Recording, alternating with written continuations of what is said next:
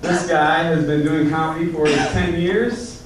He came from Chicago, Illinois, so please give it up for Kyle Wells, everybody.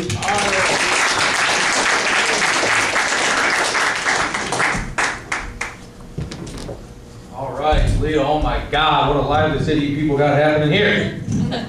Jeez, Pete, what do we got? What do you got, Toledo? You got the Mud Hens, you got the Walleye, you got the casino now, you got, what else? The Weiler Homes. I mean, you really can't ask for anything else out of the city, you know? You just can't.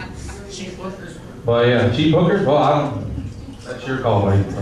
Yeah, I mean, so what? It's summer, it's almost August. Everybody loves summer. Me personally, I like the fall. I love Halloween. Fall and Halloween, that's my favorite time of year.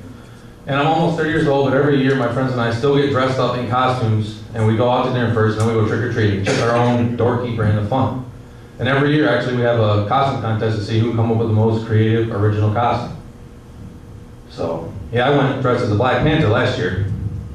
So yeah, that was a pretty interesting evening.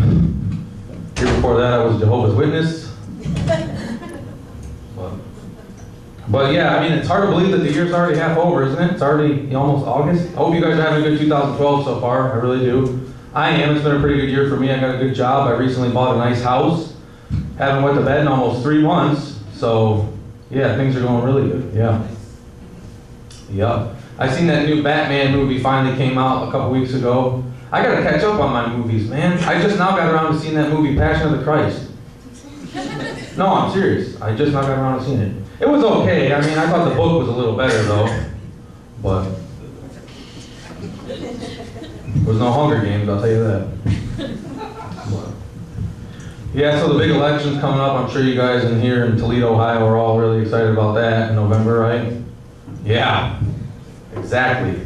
Obviously, the economy is probably still a big issue, which it should be. And I'm not sure how many everybody still worries about terrorism or not.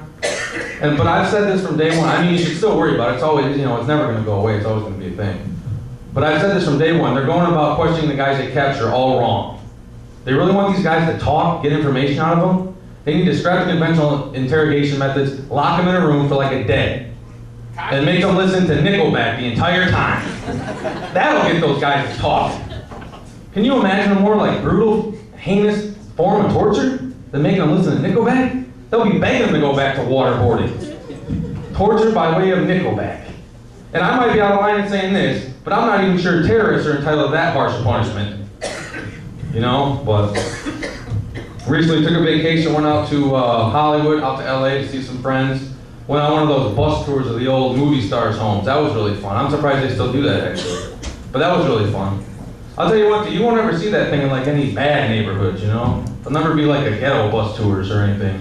You know, it'll be like, good day, folks, this is Compton USA Bus Tours reminding everyone in the event of a drive-by to please keep your head below the windows. And now, folks, if you'll just look to the left, you'll see more Section 8 housing. Oh, look, a crackhead's trying to steal a mailbox. Right out of the ground. You don't see that every day. Oh man, tell you guys a little about my childhood real quick. Growing up, my family and I were very, very poor. P-O-R-E. Yeah, I went to public school. But you know, even though we had, you know, very little money and everything, we still had a good time. You know, we still did a lot of fun stuff together. We played a lot of board games, you know, Monopoly, Candyland, stuff like that. I remember one game my parents played all the time with my brothers and sisters, and I was called Who Gets to Eat Today? And I never won. But I hope you guys are having a good time. I enjoy doing stand-up. I guess I'm not as funny as you were hoping, but I still love to do stand-up because everyone needs, you know, something they like about life. Because so many things about life suck, you know, things that make no sense. Like when you go in the bank and you're the only one in line and there's one teller working, they still put those next teller signs up in the empty windows. Yeah, isn't that stupid? Like what moron's gonna go up to an empty one and go, God, what is taking so long? People do that don't deserve to hand the money anyway. You know, stuff like that makes no sense. It makes about as much sense as somebody going, remember the episode of Maury Povich? You know, the one where they do the paternity test? They're all like that. But anyway, tell you guys one more thing here before I take off. I've been doing stand-up, like Dominic said, for 10 years. When I started, all the other comedians told me to treat it as a hobby, because I didn't really have any hobbies. I used to. Well, I called it a hobby. The police, however, called it arson. But that's neither here nor there. But anyway, the fact that I had no hobbies is actually the reason my ex-girlfriend dumped me. Can you believe that?